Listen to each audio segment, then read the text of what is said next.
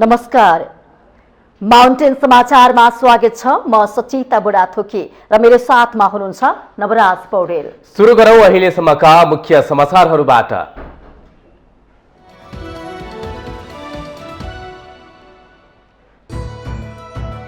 नवरात्रको 5औं दिन आज दुर्गा भवानीको 5औं स्वरूप स्कन्द माताको विधिपूर्वक पूजा आराधना गरिँदै स्कन्द माताको पूजा गर्नाले तेज र क्रान्ति प्राप्त हुने धार्मिक विश्वास।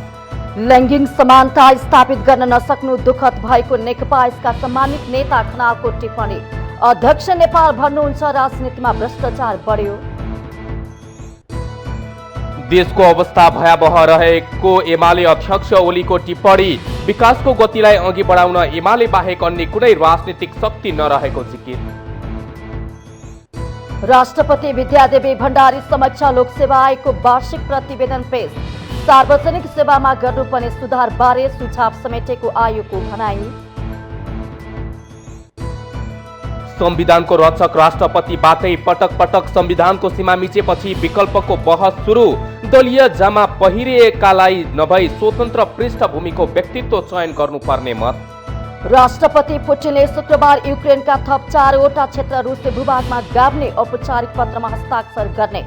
जनमत संग्रह अवैध भएको पक्षमा देशको ठहर। र 9औं राष्ट्रिय खेलकुद अन्तर्गतको महिला क्रिकेटका लागि पुलिस क्लबको टोली घोषणा। कप्तानको जिम्मेवारी रुबिना छेत्रीलाई दिइयो।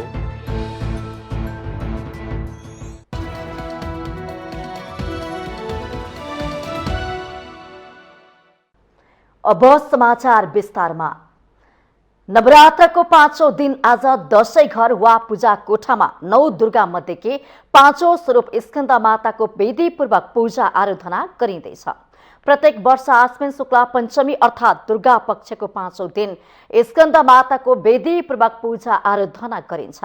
घट स्थापना गरेर जमरा राखेको दिनदेखि 9 दिनसम्म दुर्गा भवानीका विभिन्न 9वटा फरक फरक रूपहरूको पूजा गर्ने परम्परा अनुसार आज स्कन्द माताको पूजा आराधना गरिँदैछ। सूर्य मण्डलकी अधिष्ठात्री देवी भएका कारण स्कन्द माताको पूजा गर्ने भक्तजन अलौकिक तेज र कान्तिले सुसम्पन्न हुने धार्मिक विश्वास पनि रहेको छ।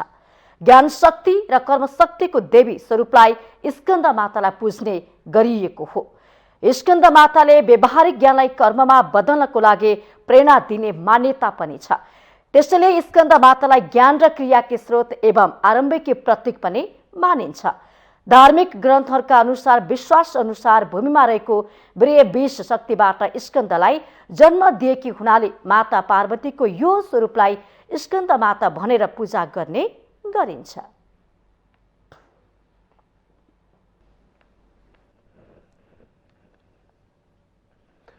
नेकपा एकीकृत समाजवादीका सम्मानित नेता झलनाथ खनालले संविधानले स्वीकारेको लैंगिक समानतालाई व्यवहारमा स्थापित गर्न नसक्नु दुःखद भएको टिप्पणी गर्नुभएको छ। बिहिबार पार्टी केन्द्रीय कार्यालयमा आयोजित अखिल नेपाल महिला संघ समाजवादीको कार्यक्रमलाई सम्बोधन गर्दै उहाँले यस्तो टिप्पणी गर्नुभएको हो। सम्मानित नेता खनालले व्यवहारमा लैंगिक समानता स्थापना गर्न अझै धेरै समय लाग्ने बताउनुभयो। उहाँले देशमा पितृसत्तात्मक शोषणदेखि क्रान्ति, आर्थिक, सामाजिक, सांस्कृतिक शोषण, विभेदहरू कायम रहेको भन्दै त्यस्ता विभेदलाई अन्त्य गर्न समाजवादको बाटोमा हिँड्नु बाहेकको विकल्प नरहेको स्पष्ट पार्नुभयो। राजनीतिक, आर्थिक, सामाजिक जुन सांस्कृतिक शोषण, विभेद आदिहरू कायम छन्, त्यो विभेदलाई अन्त्य गर्नुको लागि अब हामीले समाजवादको बाटोमा हिँड्नु बाहेक अर्को कुनै विकल्प छैन। सोही कार्यक्रमलाई सम्बोधन गर्दै नेकपा एकीकृत समाजवादीका अध्यक्ष माधव कुमार नेपालले राजनीतिमा भ्रष्टाचारी प्रवृत्ति बढेकाले नेताहरूले विश्वास गुमाउँदै गइरहेको बताउनु भएको छ। उहाँले राजनीतिमा चरम भ्रष्टाचार प्रवृत्ति बढ्नाले नेताहरूले विश्वास गुमाउँदै गइरहेको बताउनु भएको हो। उहाँले नेताहरूले विश्वास गुमाउँदै गइरहेको कुराले आफूलाई चिन्तित बनाएको पनि बताउनु भयो। भ्रष्टाचारी प्रवृत्ति व्याप्त छ। यो भ्रष्टाचारको प्रवृत्तिले गर्दा नेताहरूले विश्वास गुमाउँदै गइरहेका छन्। त्यो विश्वास गुमिरहेको कुराले हामीलाई चिन्तित बनाएको छ। उहाँले मानिसहरूमा आफूले पटक पटक अवसर पाउँदा ठिक तर अरूले एकपटक अवसर पाउँदा पनि त्यसलाई नकारात्मक रूपमा लिने प्रवृत्ति बढेको समेत बताउनु भएको छ।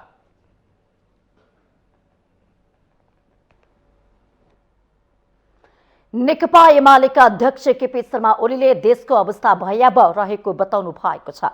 बिहीबार निजी निवास बालकोटमा आयोजित पार्टी प्रवेश कार्यक्रमलाई सम्बोधन गर्दै उहाँले देशको अवस्था देखेर आम नागरिकहरू दिक्क भएको पनि टिप्पणी गर्नु भएको छ। उहाँले आगामी मङ्सिर 4 गते हुने प्रदेश र प्रतिनिधि सभाको निर्वाचन देश विकासको निर्णायक मोड भएकाले नेकपा एमालेलाई जिताउनुको विकल्प नरहेको दावी गर्नुभयो। अध्यक्ष ओलीले देश बनाउने कुरामा शक्ति सन्तुलनको अवस्थालाई जनताको पक्षमा पार्न र विकासको गतिलाई अघि बढाउन नेकपा एमाले बाहेक अन्य कुनै राजनीतिक शक्ति नरहेको जिकिर गर्नु भएको छ। शक्ति सन्तुलनको अवस्थालाई जनताको पक्षमा विकासको पक्षमा पार्न र राष्ट्रियताको पक्षमा पार्न शान्ति सुव्यवस्थाको पक्षमा पार्न विकासको गतिलाई अगाडि बढाउन नेकपा एमाले बाहेक अरूले सक्दैन। एमालेकै सरकार चाहिन्छ। अध्यक्ष ओलीले अहिले गठबन्धनबाट त्रस्त भएर नेता कार्यकर्ताहरू एमाले प्रवेश गर्ने लहर चलेको भन्दै देश एमालेमै बनेको दावी गर्नु भएको छ।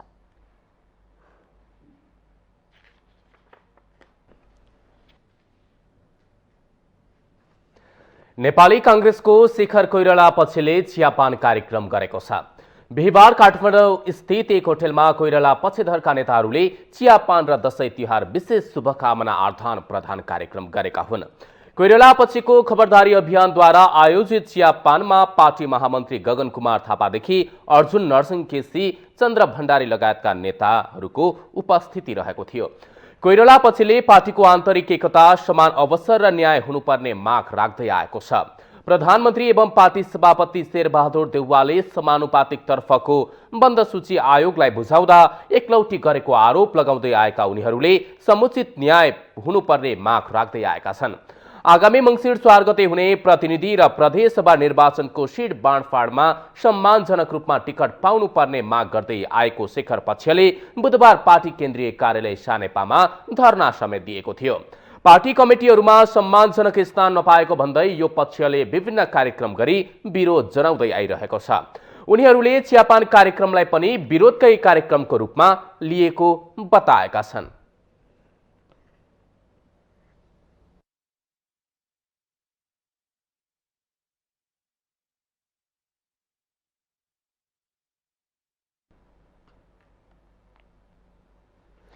यसैबीच चियापानमा सहभागी कांग्रेस केन्द्र सदस्य अर्जुन नरसिंह केसीले नेपालको लोकतन्त्र र राष्ट्रिय परिस्थिति नै चुनौतीपूर्ण रहेको बताउनु भएको छ। उहाँले यस्तो बेलामा कांग्रेसभित्रै सही मूल्याङ्कन नहुनुको परिणाम गम्भीर हुन सक्ने चेतावनी दिनु भएको छ। नेता केसीले आगामी निर्वाचनको लागि उम्मेदवार छनौटमा सही मूल्याङ्कन र सही समीक्षा हुन नसके नेपालको राजनीतिले स्थिरता कायम गर्न नसक्ने दावी गर्नुभयो। नेपाल अन्तर्राष्ट्रिय द्वन्द्वको अखडाको रूपमा स्थापित भइरहेको उल्लेख गर्दै उहाँले देशलाई बचाउन कांग्रेस एक हुनुको विकल्प नरहेको स्पष्ट पार्नुभयो। सबभन्दा पहिलो चाहिँ गठबन्धन सँगसँगै पार्टीभित्र पनि रहेका विविध पक्षलाई सङ्गठित र सहमतिपूर्ण निष्कर्ष निकाल्नुपर्ने चाहिँ अहिले सबभन्दा महत्त्वपूर्ण दायित्व र सबभन्दा ठुलो जिम्मेवारी पनि हामी सबैको हो। हामी सबै मध्ये पनि नेतृत्वको खास गरेर यो प्रमुख जिम्मेवारी हो। कांग्रेस नेता खेमराज केसीले समानुपातिक तर्फको उम्मेदवार सिफारिसमा संस्थापन पक्षले एकलौटी गरेको भन्दै आपत्ति जनाउनु भएको छ। उहाँले अझै पनि सूची संशोधन गरी समान रूपमा टिकट वितरण गर्न सके नेपाली कांग्रेसले आगामी निर्वाचनबाट 2/3 सरकार बनाउन सम्भव रहेको बताउनु भएको हो। पनि गर्न पर्छ र यसमा जुन टिकट वितरण गर्ने प्रणाली छ यसमा चाहिँ निष्ठावान, त्यागी र ज्येष्ठ मानिसहरू जसले योगदान गरेका छन्, पार्टीमा विशेष योगदान गरेका छन् र जनतामा लोकप्रिय पनि छन्, ती मानिसहरूलाई टिकट दिएको खण्डमा चाहिँ यो सम्भव छ।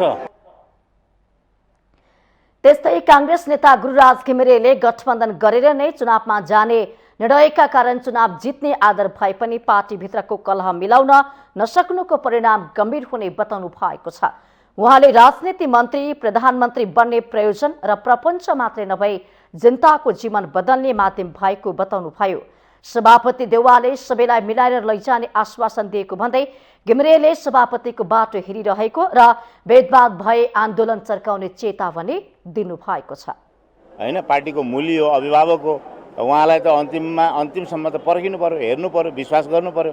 अब भएन भने त्यसपछि हामीले जे गर्छौँ सँगै बसेर गर्छौँ। त्यस्तै कांग्रेस नेता अजय बाबु शिवाकोटीले समानुपातिक तर्फको उम्मेदवारको सूचीको कारण संस्थापन पक्षका नेताहरू पनि विरोधमा गएको दावी गर्नुभयो। उहाँले समानुपातिक तर्फ पार्टीले गरेको टिकट वितरणमा ठूलो असन्तुष्टि रहेको बताउनु भएको छ। गठबन्धन अघि बढाउन टिकट वितरणमा संशोधन हुनुपर्ने शिवाकोटीको भनाइ छ। र बन्द सूची सँगसँगै आउने दिनमा जुन 23 गतेभित्र हाम्रो जुन नोमिनेसन हुने हो त्यो नोमिनेसनमा पनि न्याय गरेर सबै पक्षलाई, सबै विचार समूहलाई समेटेर टिकट वितरण गरिनुपर्छ। त्यसले मात्रै यो अहिलेको जुन विद्रोह जस्तो देखिन्छ यहाँभित्र त्यसलाई सम्बोधन गर्न सक्छ। नेता शिवाकोटीले असोज 23 गतेबाट हुने प्रत्यक्षतर्फको टिकट वितरणमा पनि न्यायोचित हुन नसके विरोध थप चर्किने चेतावनी दिनुभएको छ।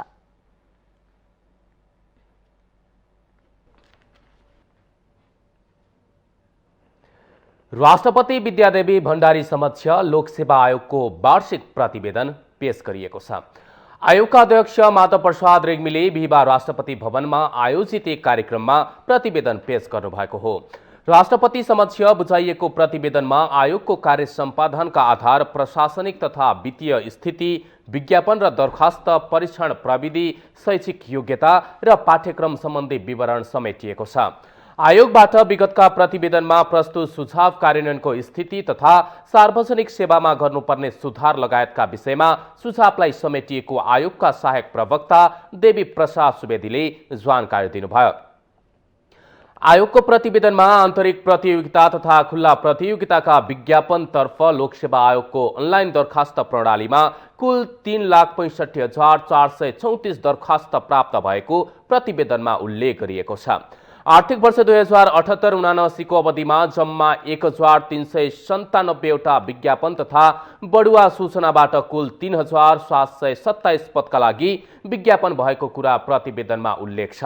उक्त विज्ञापनबाट बढुवातर्फ 1,233, आन्तरिक प्रतियोगितातर्फ 271, खुल्ला प्रतियोगितातर्फ 1,206 तथा महिला, आदिवासी, जनजाति, मधेसी, दलित, अपाङ्ग र पिछडिएको क्षेत्रका समावेशी प्रतियोगितातर्फ जम्मा 1,017 पदका लागि दरखास्त माग गरिएको छ। आयोगले प्रतिवेदनमा केही सुझाव समेत दिएको छ।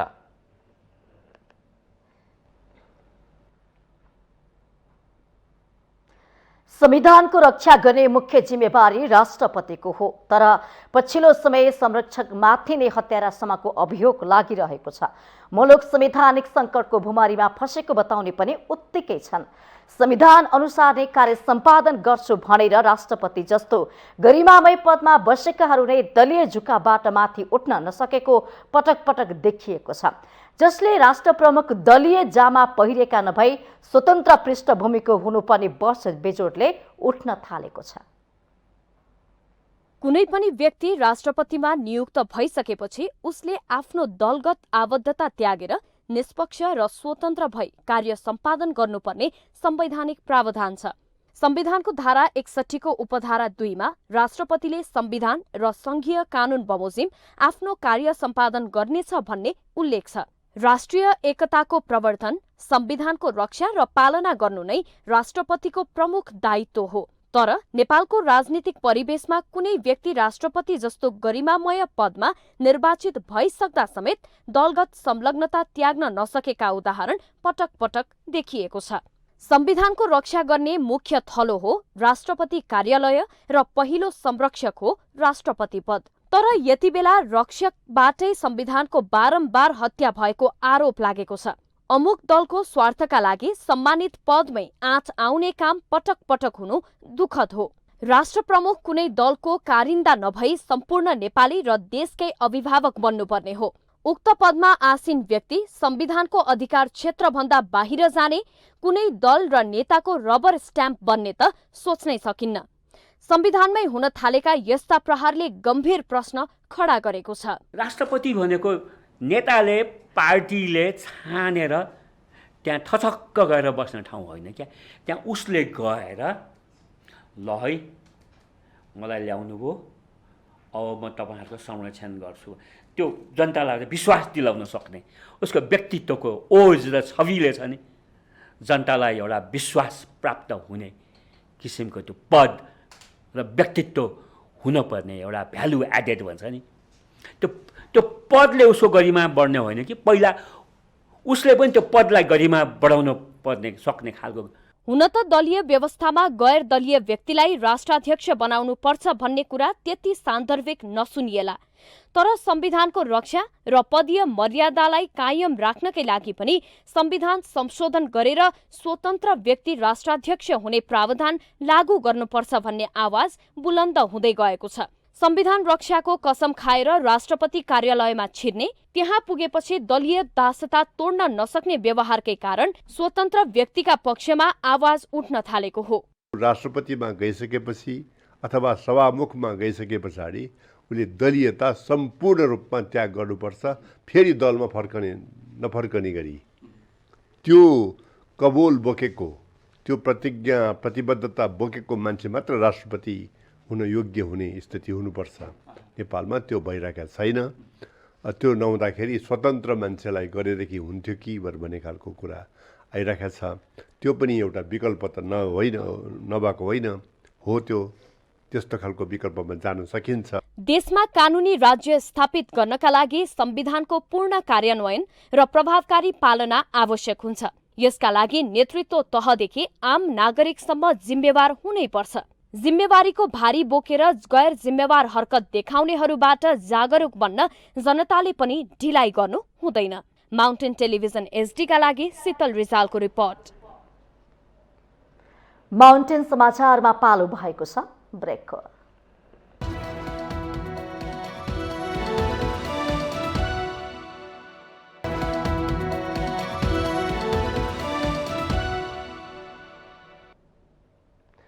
ब्रेकपछि पुनः स्वागत छ। अब बाँकी समाचार।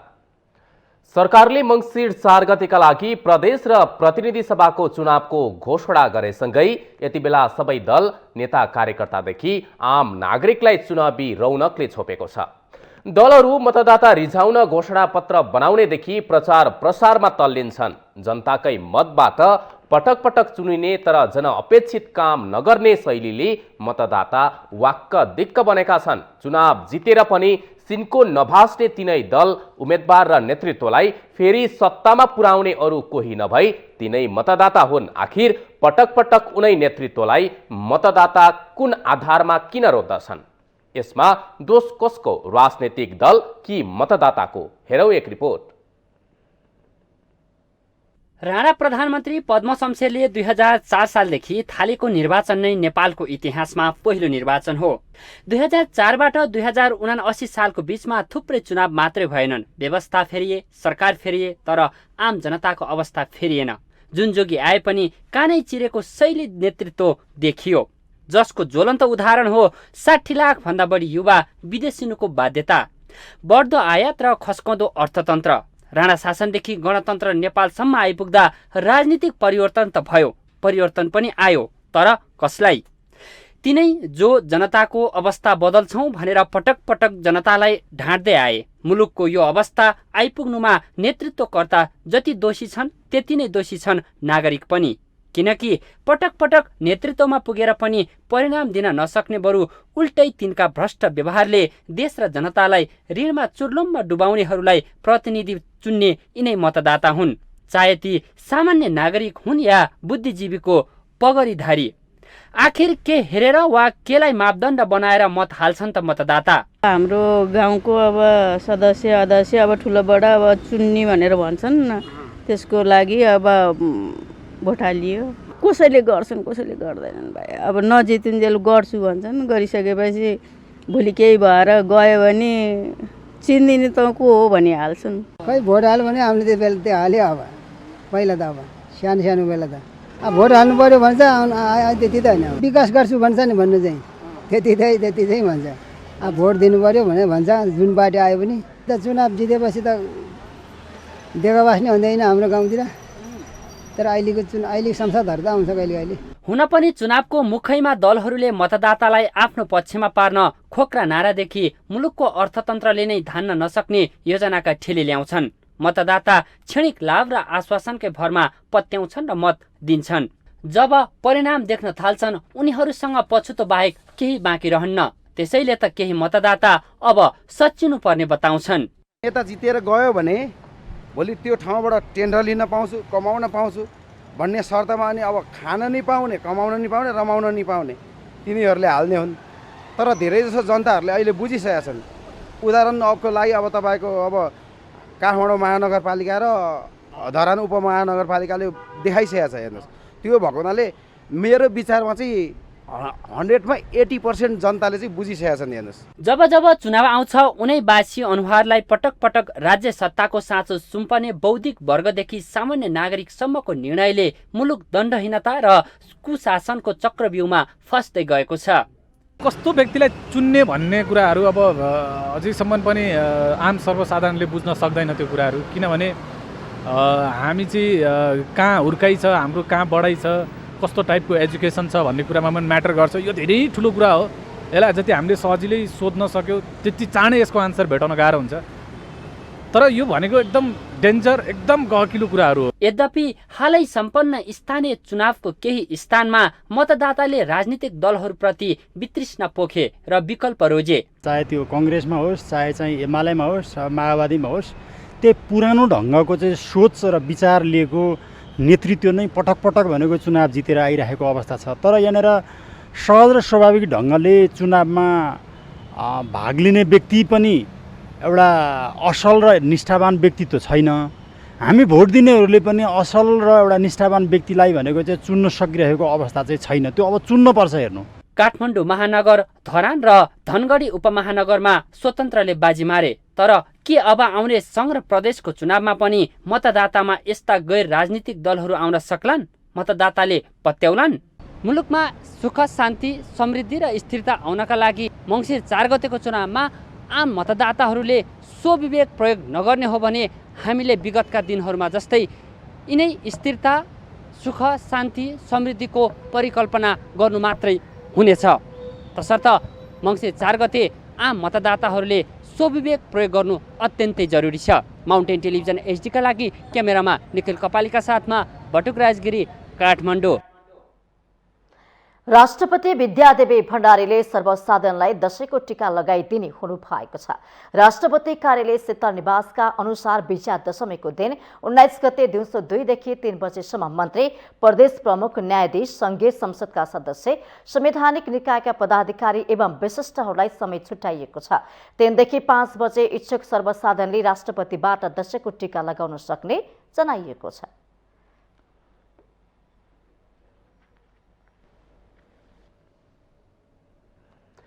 मुस्लिम आयोगका अध्यक्ष समीर मिया अन्सरीले नेपालमा हिन्दू मुस्लिम बीचको द्वन्द्व चर्काउने प्रयास भइरहेको आरोप लगाउनु भएको छ। बिहिबार आयोग परिसरमा आयोजित दशैं तिहारको शुभकामना आदान प्रदान कार्यक्रममा बोल्दै उहाँले यस्तो आरोप लगाउनु भएको हो।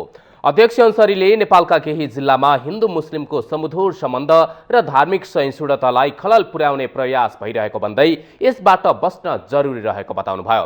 उहाँले प्रतिगामी तत्त्वहरूले धार्मिक सहिष्णुतालाई खलल पुर्याउन अवांछित गतिविधि गरिरहेको समेत आरोप लगाउनुभयो।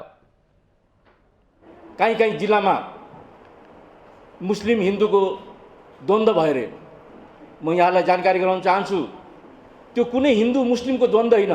केही तत्त्वहरू, केही घुसपेटियाहरू जुन चाहिँ हाम्रो अत्यन्तै सुमधुर सामाजिक सद्भाव छ, जुन हाम्रो धार्मिक सहिष्णुता छ, त्यसलाई खलल पुर्याउने प्रयास गर्छन्। अध्यक्ष अन्सरीले नेपाल बहुभाषी, बहुजाति र बहुसांस्कृतिक देश भएकाले सबैले मिलेर समृद्ध नेपाल, सुखी नेपालीको सपनालाई पूरा गर्नुपर्ने बताउनुभयो।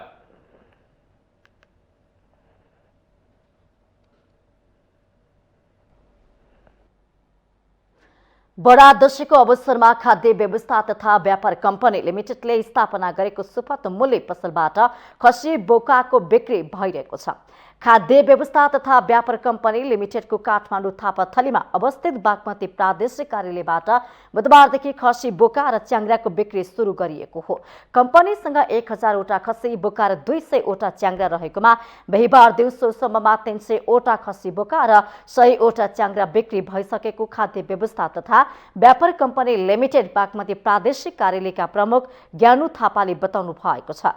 प्रमुख थापाले खसी बोका पशु चिकित्सकको चेक जाँच गरेर मात्रै बिक्री गरिरहेको बताउनु भएको छ। 1000 गोटा जति खसी बोका छ भने हामीसँग 200 गोटा चाहिँ च्याङ्ग्रा थियो। अब हिजोदेखि बिक्री सुरु गरिरहँदा उपभोक्ताको चाप छ, उपभोक्ताहरू अत्यन्तै उत्साहित हुनुहुन्छ।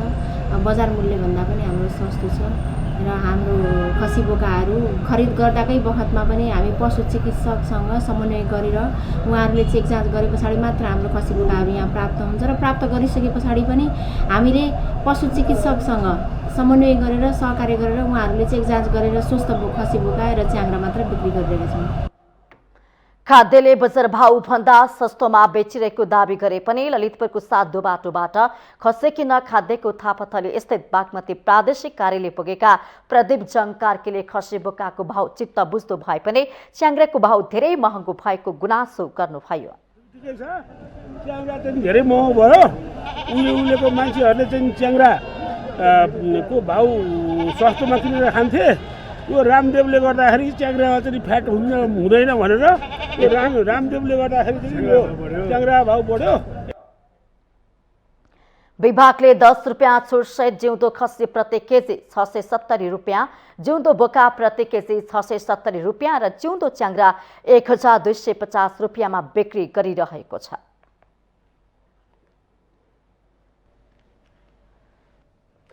यसैबीच बिहीबार हटिया लाग्ने इलाम बजारमा सामान्य समयभन्दा 5 गुणाले खसी बोकाको व्यापार बढेको छ। नेपालीहरूको महान चाड दशैं लागेसँगै व्यापार नाटकीय रूपले बढेको हो। मांसाहारी र बलि दिनेहरूले खसी बोका खरिद बिक्री गर्ने हुनाले व्यापार बढेको व्यापारीहरू बताउँछन्।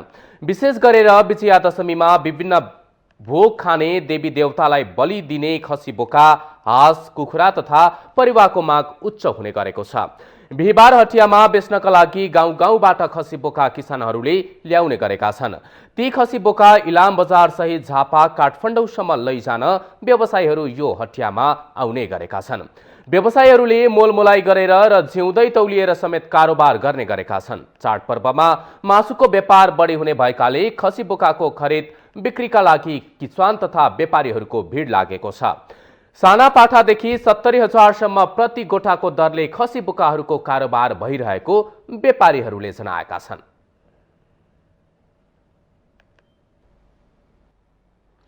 सशस्त्र प्रहरी बल नेपाल एपीएफ र भारतको सशस्त्र सीमा बल एसएसबी बीच भएको छैटौं समन्वयात्मक बैठक बिहीबार सम्पन्न भएको छ। असोज 11 गतेबाट सशस्त्र प्रहरी बल मुख्यालय हलचोकमा सुरु भएको सो बैठकको बिहीबार सम्झौता पत्रमा हस्ताक्षर भएको हो। बैठकमा सशस्त्र प्रहरी बल नेपालको तर्फबाट सशस्त्र प्रहरी महानिरीक्षक राजु अर्याल तथा भारतको सशस्त्र सीमा बलको तर्फबाट महानिर्देशक सुजनलाल थाउसनले नेतृत्व गरेका थिए।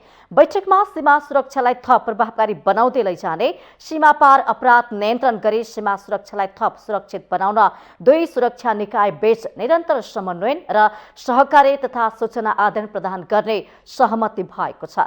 यसका साथै सीमा नाकामा हेल्प डेस्क स्थापना गर्ने कार्यलाई निरन्तरता दिँदै सीमा क्षेत्रमा प्रभावकारी कार्य गर्ने सहमति भएको सशस्त्र प्रहरीले जनाएको छ।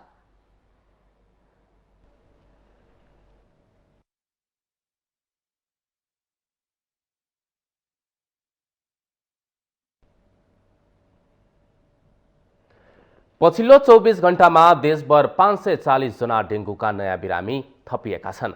स्वास्थ्य तथा जनसङ्ख्या मन्त्रालयका अनुसार यो सँगै गत साउन 1 गतेदेखि यता नेपालमा डेंगूका बिरामीको संख्या 28,109 पुगेको छ। बितेको 24 घण्टामा डेंगूका कारण थप 2 जनाको मृत्यु भएको छ। यो सँगै यस वर्ष डेंगूका कारण मृत्यु हुनेको संख्या 38 पुगेको छ। नेपालमा पहिलो पटक 2061 सालमा डेंगूका बिरामी भेटिएका थिए। त्यसपछि प्रत्येक वर्ष बिरामी भेटिँदै आएका छन्। यस वर्ष देशका 77 मध्ये 76 जिल्लामा डेंगूका बिरामी भेटिएको स्वास्थ्य मन्त्रालयले जनाएको छ। मन्त्रालयका अनुसार अहिले सबैभन्दा बढी डेंगूका बिरामी बागमती प्रदेशमा भेटिएका छन्। बागमती प्रदेशमा 21,975 जना बिरामी भेटिसकेका छन्। गत साउन 1 गतेदेखि हालसम्म प्रदेश 1 मा 829, मध्य प्रदेशमा 413, गण्डकी प्रदेशमा 677, लुम्बिनी प्रदेशमा 3,125, कर्णाली प्रदेशमा 238 र सुदूरपश्चिम प्रदेशमा 850 जना डेङ्गुका बिरामी भेटिएको स्वास्थ्य तथा जनसङ्ख्या मन्त्रालयले जनाएको छ।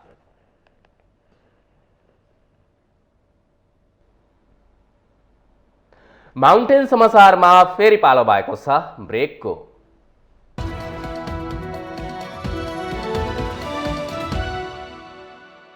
ब्रेकपछि स्वागत छ। अब बाँकी समाचार। ऊर्जा, जलस्रोत तथा सिंचाई मन्त्री पम्फा भूषालले सरकारसँग मुलुकको भौतिक पूर्वाधार विकासलाई आर्थिक सामाजिक विकाससँग जोड्ने कुनै योजना नभएको बताउनु भएको छ। बिहिबार नेपाल इन्जिनियर्स एसोसिएसन र नेपाल विद्युत प्राधिकरण, नेपाल आयल निगम र नेपाल टेलिकम बीच जनशक्तिको विकास, आपसी सहकार्य, तालिम, क्षमता अभिवृद्धि लगायतका विषयको समझदारी पत्रमा हस्ताक्षर कार्यक्रममा उहाँले यस्तो बताउनु भएको हो। अहिलेसम्म मन्त्री पछि आफ्नो क्षेत्रमा बजेट योजना लैजाने गरेको मन्त्री भूषालको भनाइ छ। उहाँले भौतिक पूर्वाधार विकासलाई आर्थिक सामाजिक विकाससँग जोड्न विज्ञहरू राखेर बृहत गुरु योजना बनाउनु आवश्यक रहेको उल्लेख गर्नुभयो। राजनैतिक दलहरूले संविधान बनाउँदा राष्ट्रिय सहमति गरे जस्तै भौतिक पूर्वाधार विकासको लागि राष्ट्रिय सहमति गरे समग्र सामाजिक विकासलाई एकीकृत गरेर अघि बढ्नुपर्नेमा मन्त्री भूषालले जोड दिनु भएको छ। विकास विज्ञहरूलाई राखेर पूर्व पश्चिम द्रुत मार्ग, रेलमार्ग, अन्तर्राष्ट्रिय विमानस्थल कति बनाउने र त्यसमा राज्यको स्रोतले कति धान्छ भन्ने कुराको हेक्का राखेर मात्र निर्णय लिन उपयुक्त हुने उहाँको भनाइ छ। अनि हामीले त्यसित जनताको आर्थिक उसको यो बस्ती विकास कसरी जोड्ने, एउटा घरका लागि बिजुली पुर्याउ कति किलोमिटर, एउटा घरको लागि खानेपानी पुर्याउ कति किलोमिटर, अनि केही सानो बस्तीका निम्ति चाहिँ तपाईँ स्कुल खोल्ने, अस्पताल खोल्ने, खानेपानी पुरा जस्ता कुराहरू जुन ढङ्गले असाध्यै खर्चिला भएका छन्। त्यसो गर्दाखेरि हामीले भौतिक पूर्वाधारको नि विकास कसरी गर्ने त्यसको नेपालको नक्सामा राम्रोसित छलफल गरेर हाम्रा विज्ञ विशेषज्ञले सक्नुहुन्छ भन्ने लाग्छ। मन्त्री भूषालले नेपालको सार्वजनिक खरिद ऐन अनुसार ठूला विकास आयोजनाहरूमा विदेशी ठेकेदार हाल्नु आर्थिक विकृति भएको टिप्पणी गर्नुभयो। उहाँले संहिता लागू भएसँगै धेरै इन्जिनियरहरू प्रदेशमा गएको र ऊर्जा मन्त्रालयका विभिन्न विभागमा रहेकाहरूले राम्रो काम नगरेको आरोप लगाउनुभयो। अब सरकारतिर गएपछि मेरो मन्त्रालयको सिँचाइबाट प्रदेशमा जाँदा धन्य 1800 जनशक्ति चाहिँ अहिले प्रदेशमा गएर जम्मा 500-600 मात्रै मेरो सिँचाइ विभागमा हुनुहुन्छ। इन्जिनियरिङका एनइए लगायतका अरू विभागहरू पनि छन्, थुप्रो इन्जिनियर साथीहरू हुनुहुन्छ। तर मैले के देखेँ भने धेरै इन्जिनियर हुनुहुन्छ तर आफैले काम गर्ने कुरा चाहिँ उहाँहरूको भूमिका कम छ। महत्त्वपूर्ण विधामा काम गर्ने संस्था बीचको सहकार्यले मात्र कुनै पनि योजना सफल हुने उहाँको तर्क छ।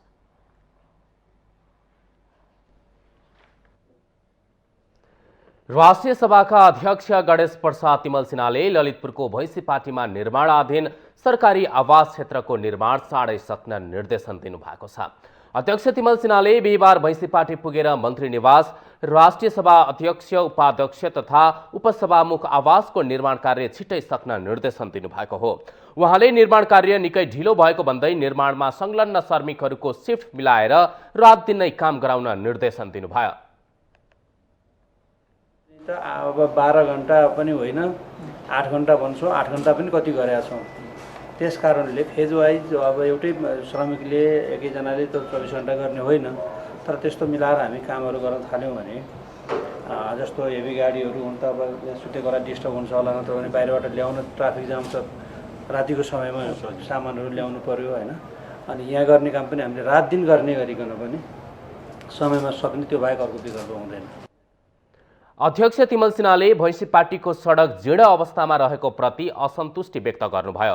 उहाँले सडकको बिग्रिदो अवस्था देख्दा पनि कसैलाई नपोलेको टिप्पणी गर्नुभयो। भिआइपीहरूकै एरिया आयो भैँसीपाटीको त यो आवास, अनि के हालत छ हुन त कि चाहिँ भिआइपी गएर एकदम झुप्राको हामी गर्दैछौँ भन्नु पर्यो, त्यहाँ भएको भए मान्नु पर्यो। हामी गाउँ झोपडीहरूमा राम्रो गर्दैछौँ, यो भिआइपीहरूमा लास्टमा गर्ने भने अब त चित्त बुझाउँला, तर पहिला आफ्नै गर्न खोज्ने बानी छ। अनि त्यस्तो भएपछि कसरी हुन्छ? कसैलाई पोल्दैन, किन पोल्दैन? यो त गर्नु पर्यो नि। अध्यक्ष तिमल सिन्हाले सम्बन्धित कर्मचारीलाई पनि काममा नयाँ नयाँ सोच र योजना ल्याउन आग्रह गर्नुभयो।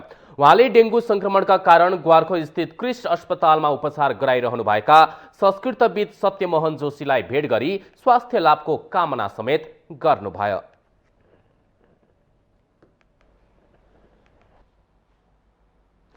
गण्डकी प्रदेशका कानून संचार तथा प्रदेश सभा मामिला मन्त्री बिन्दु कुमार थापाले गठबन्धन सरकारमा मुख्यमन्त्री र अर्थमन्त्री एउटै दलको नहुँदा पश्चाताप भएको बताउनु भएको छ। नेपाल प्रेस युनियन कास्कीले बिहिबार आयोजना गरेको पत्रकार सम्मेलनमा मुख्यमन्त्री थापाले अर्थमन्त्री बीच बजेट निर्माणमा कुरा नमिल्दा सोचे अनुसार काम हुन नसकेको समेत खुलासा गर्नु भएको छ। गण्डकी सरकारले बजेटको बेला सवारी, मालपोत लगायत क्षेत्रमा गरेको कर वृद्धि निर्वाचन मिति घोषणापछि सच्याएको समेत मन्त्री थापाले बताउनु भएको छ। उहाँले बजेट निर्माणको क्रममा आफूले कुनै भूमिका नपाएको र आफ्नो मन्त्रालयले पाइरहेको बजेट कटौती गरेको गुनासो गर्नुभयो। हुनुहुन्छ त्यही पार्टीको नै अर्थमन्त्री हुनुपर्ने रहेछ भन्ने कुरा हामीले शिक्षा चाहिँ अहिले पाएका छौँ, राम्रोसित शिक्षा पाएका छौँ। किनकि त्यो अलिकति मुख्यमन्त्रीको निर्देशनको अवज्ञा हुने, अनि यो क्याबिनेटमा यो मिलिजुली सरकार हो, यो त 4-5वटा पार्टी मिलेर सरकार बनेको छ। कसैले पनि टिकट पाइसकेको अवस्था होइन। 7 जना हामी छौँ। यो काशीको 2को फको मात्रै कुरा गर्नुपर्दाखेरि हामी जसले पनि पाउन सक्छौँ। त्यस क्रममा मन्त्री थापाले प्रदेश सभा सदस्यमा निर्वाचित भएदेखि हालसम्म खाइपाई आएको सेवा सुविधा, विकास निर्माण र सामाजिक कार्यमा खर्चिने गरेकोमा हालसम्मको रकम सार्वजनिक गर्नु भएको छ।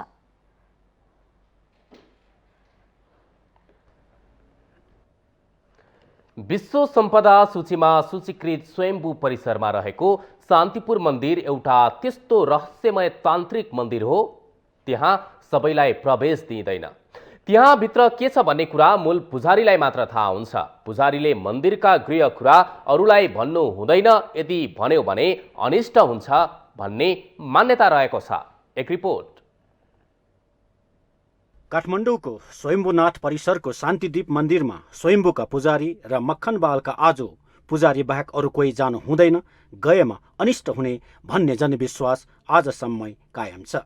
यस शान्तिपुरमा जबरजस्ती पस्ने शाहवंशीय राजा रणबहादुर शाह अन्डो भएका र क्षमा मागेर भाकल गरेपछि मात्र पहिले जस्तै भएको शान्तिपुरमा राजा रणबहादुर शाहले स्थापना गरेको शिलापत्रमा नै उल्लेख गरिएको छ। अहिले पनि राजा रणबहादुर शाहले गरेको भाकल अनुसार गुठी संस्थानले हरेक वर्ष कार्तिक पूर्णिमा र माघ पूर्णिमामा शान्तिपुरमा असर्पी चढाउने गरेको स्वयम्भूका पुजारी विक्की बज्राचार्य बताउनुहुन्छ। विश्व सम्पदा क्षेत्रमा रहेको यस ऐतिहासिक मन्दिर महान तान्त्रिक तथा धर्मगुरु शान्तिकर आचार्यले निर्माण गरिएको मानिन्छ। उहाँ स्वयम्भूको निर्माणपछि यसै मन्दिरमा प्रवेश गरेर तान्त्रिक ध्यानमा लीन हुनुभएको र अहिलेसम्म पनि उहाँ जीवित नै भएको मानिन्छ। त्यसैले त्यहाँ तान्त्रिक विद्याले निपुण दीक्षा भएका धर्मगुरुहरू मात्र जान सक्ने स्वयम्भूका अर्का पुजारी करण बुद्धाचार्य बताउनुहुन्छ। उहाँका अनुसार शान्तिपुरमा नवनागको रगतले लेखिएको तान्त्रिक विद्याको पुस्तक छ। त्यस पुस्तकलाई ल्याएर आकाशतर्फ देखाए वर्षा हुने विश्वास गरिन्छ। दिनको होइन कि यो हाम्रो यो 1 वर्षसम्ममा कस्तो हुन्छ भने पूर्णिको दिनमा ठ्याक्कै 11 दिनपछि दशमी आउँछ। दशमीको दिनमा ठ्याक्कै हाम्रो यो 1 महिनामा एकचोटि पूजा हुन्छ, पूजा सुरु हुन्छ। हाम्रो प्रत्येक महिनामा पूजा यो शान्तिपुरभित्र पूजा हुन्छ। अनि यो शान्तिपुरको बारे अलिकति यो शान्तिपुरको खास यो भन्नुपर्दाखेरि भित्र चाहिँ अब हामीले कसैले हेर्नु हुँदैन, तैपनि हामीले जान्ने बुझेको अनुसारले यो भित्र चाहिँ नि शान्तिकराचार्यको त्यो गुफा भएको हुनाले त्यहाँ तान्त्रिक जमको विधि अनुसार पूजा हुन्छ। पूजा सकेपछि त्यहाँ हाम्रो भित्र चाहिँ नि पुजारीले के पूजा गर्छ हामीले थाहा हुँदैन। हामी उहाँहरूकै पूजा सकेपछि हामी बाहिर निस्क्यौँ। 2072 सालको महाभूकम्पले क्षतिग्रस्त बनाएको शान्तिपुरलाई काठमाडौँ महानगरपालिका र स्वयम्भू व्यवस्थापन समितिले 2 करोड 50 लाखको लागतमा पुनर्निर्माण गरेको छ। पुनर्निर्माण सम्पन्न भएर मन्दिरभित्रको चित्रहरू बनाउने काम भइरहेको स्वयम्भू व्यवस्थापन समितिका महासचिव अशोक बुद्धाचार्य बताउनुहुन्छ। गइकन त्यहाँ भित्र जानु हुने ठाउँमा गइकन नहुने ठाउँमा त्यही पुजारी 2 जनालाई राखिकन त्यहाँ भित्रसम्म चाहिँ नि त्यसलाई चाहिँ मनमर्छ मार गरिकन राम्रोसँग जुन परम्परा तरिका छ त्यही अनुसारले काठ र माटो अनि इँटा त्यो गर्नुपर्ने त्यसलाई राम्रैसँग गरेर आज यस स्थितिमा राम्रोसँग तयारी भइसकेको भन्नु पर्यो। यस्ता ऐतिहासिक सम्पदाको संरक्षण गर्ने पुजारीहरू तथा मन्दिरको लागि सरकारको तर्फबाट कुनै सहयोग र चासो नभएको गुनासो पुजारीहरूको रहेको छ। स्वयम्भू क्षेत्र काठमाडौँको प्रमुख पर्यटकीय गन्तव्य हो। यस्ता सम्पदाहरूको संरक्षण र विकासमा सरकारी उदासीनता सुहाउने विषय होइन। त्यसैले यी विश्व सम्पदाको संरक्षणमा सरकार गम्भीर भएर लाग्नु आवश्यक छ। माउन्टेन टेलिभिजन एचडीका लागि क्यामेरामा अमर राउतका साथ विसन्तर साक्यको रिपोर्ट। संस्कृति पर्यटन तथा नागरिक उड्डयन मन्त्री जीवनराम श्रेष्ठले नेपाली आकाश सुरक्षित रहेको बताउनु भएको छ। अन्तर्राष्ट्रिय नागरिक उड्डयन संगठन आइकाओको 41औं त्रैवार्षिक महासभालाई सम्बोधन गर्दै उहाँले यस्तो बताउनु भएको हो। क्यानाडाको मन्ट्रिएल शहरमा जारी महासभामा मन्त्री श्रेष्ठले आइकाओले प्रतिपादन गरेका मापदण्ड र सुझाव अनुसार हवाई सुरक्षामा नेपालले उल्लेखनीय प्रगति गरेको दावी गर्नु भएको छ। आइकाओको प्रतिवेदनमा हवाई सुरक्षा मापदण्ड परिपालनमा नेपालको अङ्क विश्वव्यापी मापदण्ड भन्दा बढी रहेको पनि उहाँको भनाइ छ। उड्डयन क्षेत्रलाई सुरक्षित, भरपर्दो र स्तरीय बनाउन सरकार प्रतिबद्ध रहेको मन्त्री श्रेष्ठले उल्लेख गर्नुभयो। नेपालको भूधरातललाई दृष्टिगत गर्दा हवाई यातायातको विकल्प नभएको भन्दै उहाँले हवाई सेवालाई सुरक्षित, नियमित, स्तरीय र प्रभावकारी बनाउन नेपाल सरकार प्रतिबद्ध रहेको विश्वास दिलाउनु भएको छ। गौतम बुद्ध अन्तर्राष्ट्रिय विमानस्थल सञ्चालन भइसकेको तथा पोखरा अन्तर्राष्ट्रिय विमानस्थल निर्माणको अन्तिम चरणमा रहेको भन्दै मन्त्री श्रेष्ठले हवाई सम्पर्क विस्तार, विमानस्थल स्तर उन्नति तथा नयाँ विमानस्थल निर्माणलाई सरकारी प्राथमिकतामा राखेको बताउनु भएको छ। यसअघि मन्त्री श्रेष्ठले आइकाओको मुख्यालयमा महासचिव जोआन कार्लोस सालजा र आइको काउन्सिल अध्यक्ष साल्भाटोर साचिटानोसँग भेट गरी नेपाली हवाई सुरक्षा अभिवृद्धिमा उल्लेख्य सुधार गरेकाले एयूले नेपालले उडान सुरक्षा सूचीमा राखिरहनुको औचित्य नरहेको प्रश्न पार्नु भएको थियो।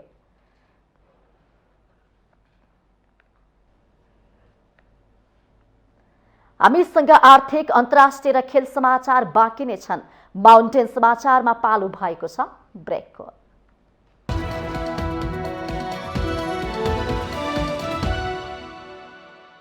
विजयादशमीको मङ्गलमय शुभकामना। शिवम सिमेन्ट।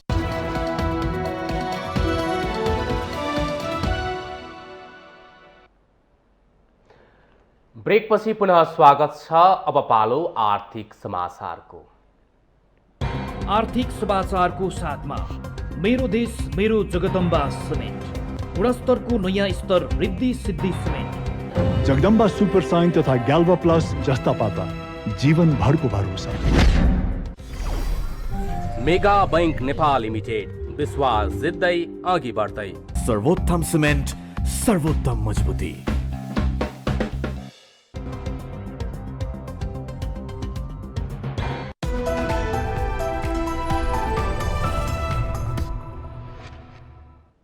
दशैं अगाडिको अन्तिम कारोबार दिन शेयर बजार बढेर बन्द भएको छ।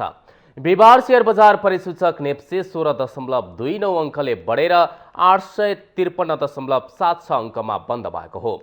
मंगलबारदेखि बढ्न सुरु भएको नेप्से लगातार तेस्रो दिन पनि बढेको हो। बिहिबार नेप्सेमा जीवन बीमा बाहेक सबै उपसूचक बढेको छ। नेप्से बढे पनि कारोबार रकममा भने खासै उत्साहप्रद छैन। लगानीकर्ता चाडबाडमा व्यस्त हुँदा पनि कारोबार रकम घटेको बजारका जानकारहरू बताउँछन्। बुधबार 48 करोडमा झरेको कारोबार रकम बिहिबार केही बढेको छ। बिहिबार बजारमा 17,91,480 किता शेयर कारोबार हुँदा कारोबार रकम 63 करोड 27,07,628 रुपैयाँ रहेको छ। जसमध्ये नेपाल इन्सुरेन्सको संस्थापक शेयर सर्वाधिक 4 करोड 85,50,000 को कारोबार हुँदा नोबेल बैंकको 2 करोड 90 लाख र नेपाल दूरसञ्चार कम्पनीको 2 करोड 62 लाखको शेयर कारोबार भएको छ। बिहिबार बजारमा कुल 186 कम्पनीको शेयर कारोबार हुँदा 124 कम्पनीको शेयर मूल्य बढेको छ। त्यस्तै 47 कम्पनीको शेयर मूल्य गिरावट हुँदा 5 कम्पनीको शेयर मूल्य भने स्थिर बनेको छ। जसमध्ये अभियान लघुवित्तको सकारात्मक सर्किट मूल्यमा कारोबार भएको छ।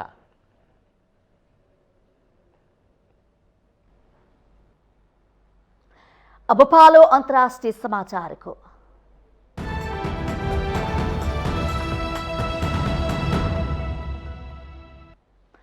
रुसी राष्ट्रपति भ्लादिमिर पुटिनले शुक्रबार एक विशेष समारोहका बेस युक्रेनका थप 4वटा क्षेत्र रुसी भूभागमा गाभिने औपचारिक पत्रमा हस्ताक्षर गर्ने हुनु भएको छ। रुसले ती क्षेत्र आफ्नो भूभागमा गाभिने विषयमा हालै जनमत संग्रह गराएको थियो।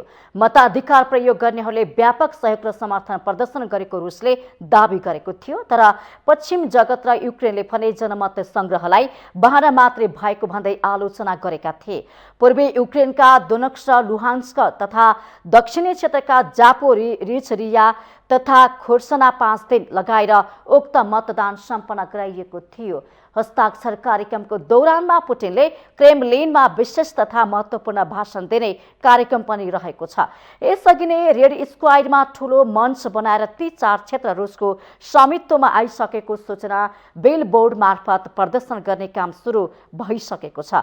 सन् 2014 मा पनि रुसले युक्रेनको क्राइमियामा यसरी नै जनमत संग्रह गराएर त्यसलाई आफ्नो भूभागमा गाभेको थियो।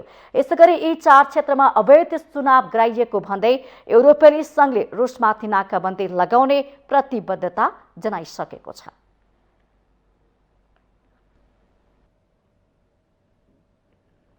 भारतमा लामो समय शासन गरेको तर वर्तमानमा नेतृत्व सङ्कटसँग गुज्रिरहेको भारतीय काङ्ग्रेसमा 2 दशकभन्दा लामो समयपछि निर्वाचन मार्फत अध्यक्ष चुनिने भएको छ।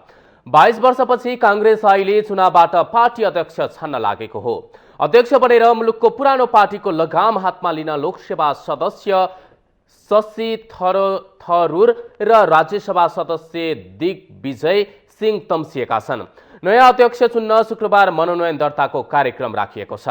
सन् 2000 मा सोनिया गान्धीले जितेन्द्र प्रसादलाई हराएर काङ्ग्रेसको नेतृत्व सम्हाले यता पहिलो पटक चुनावबाट नेतृत्व चुन्न लागेको भारतीय सञ्चार माध्यमहरूले जनाएका छन्। गान्धी परिवारको पकड रहेको काङ्ग्रेसमा लगातार 2017 सम्म सोनिया अध्यक्ष हुँदा त्यसपछि उनैका छोरा राहुल गान्धी बिना चुनाव अध्यक्ष चुनिएका थिए। तर सन् 2014 को आम चुनावमा पराजय बेहोरेको काङ्ग्रेसले सन् 2019 को चुनाव पनि हारेपछि राहुलले पदबाट राजीनामा दिए। त्यसयता सोनिया नै अध्यक्षको भूमिकामा थिइन्।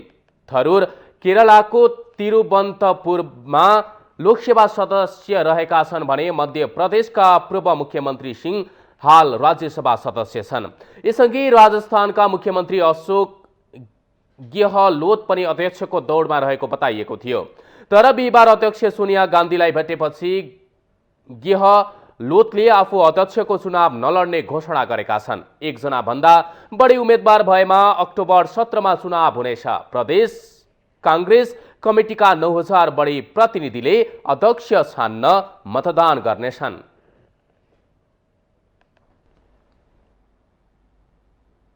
अब पालो खेल समाचारको।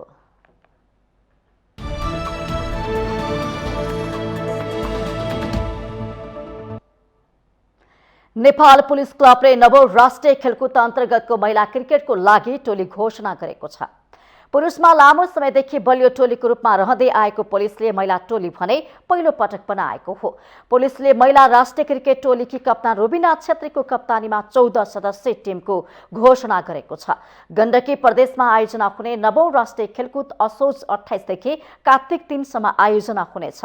महिला क्रिकेट भने पोखरामा आयोजनामा हुने तय भएको छ। नेपाल पुलिसको महिला टिम महिला क्रिकेटमा दोस्रो विभागीय टिम बनेको छ।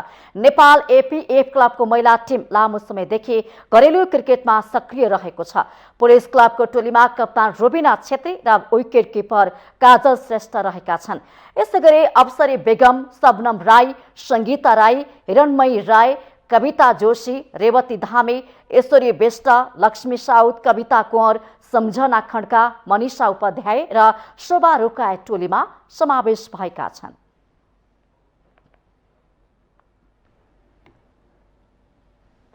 माउन्टेन समाचारमा पालो भएको छ छोटो ब्रेकको।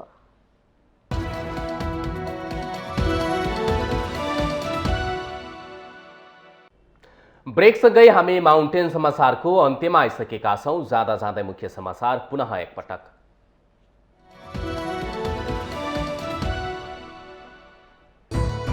नवरात्रको 5औं दिन आज दुर्गा भवानीको 5औं स्वरूप स्कन्द माताको विधिपूर्वक पूजा आराधना गरिँदै स्कन्द माताको पूजा गर्नाले तेज र क्रान्ति प्राप्त हुने धार्मिक विश्वास। लैंगिक समानता स्थापित गर्न नसक्नु दुःखद भएको नेकपा यसका सम्मानित नेता खनालको टिप्पणी।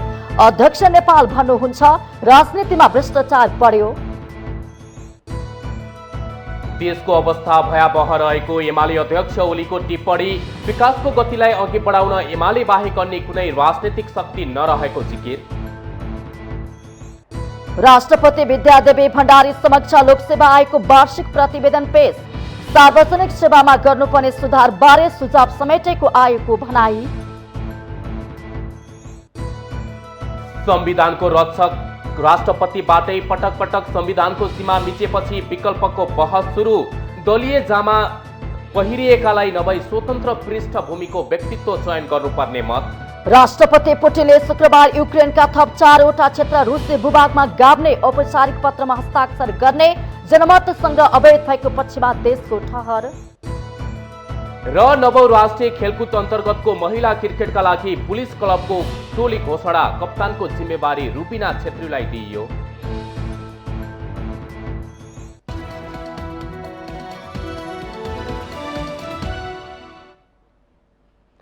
माउन्टेन समाचार अहिलेलाई सकियो। सत्य, तथ्य र निष्पक्ष समाचारको लागि माउन्टेन टेलिभिजन HD हेर्दै रहनुहोला। नमस्कार।